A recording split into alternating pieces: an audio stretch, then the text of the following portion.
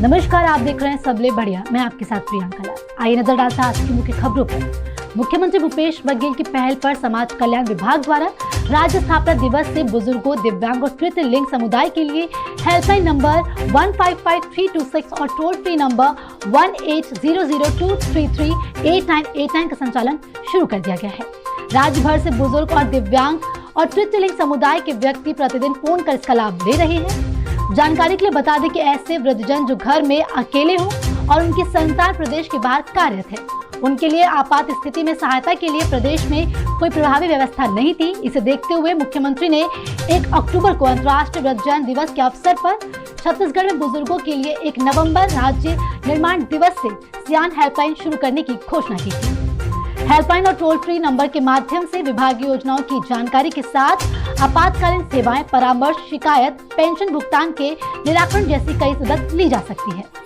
बलौदाबाजार जिले के खरपाडीह अंचल के 5 गांव के किसानों की सिंचाई बलौदाबाजार शाखा नहर से जलापूर्ति की 40 साल पुरानी मांग पूरी हो गई है। बता दें कि मुख्यमंत्री भूपेश बघेल की विशेष पहल के चलते संभव हुआ है। कृषि मंत्री रविंद्र चौबे के मार्गदर्शन में खपराडीह माइनर और सब माइनर का निर्माण कराए जाने के लिए नए सिरे से सर्वेक्षण कराया गया, साथ ही प्रोजेक्ट भी तैयार किया गया है।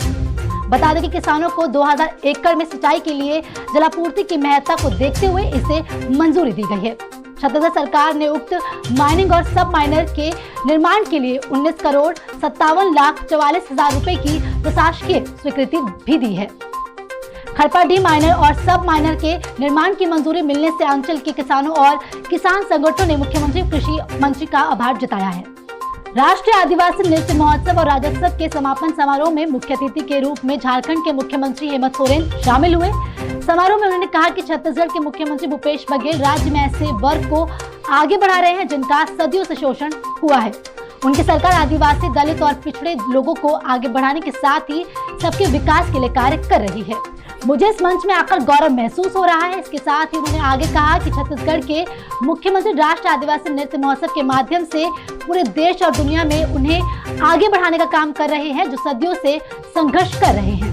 झारखंड के मुख्यमंत्री ने कहा कि राष्ट्रीय आदिवासी नृत्य महोत्सव के जरिए ये संदेश देने का भी सफल प्रयास किया गया है कि जब तक सभी वर्गों का विकास नहीं होता तब तक देश का सर्वांगीण विकास नहीं हो सकता।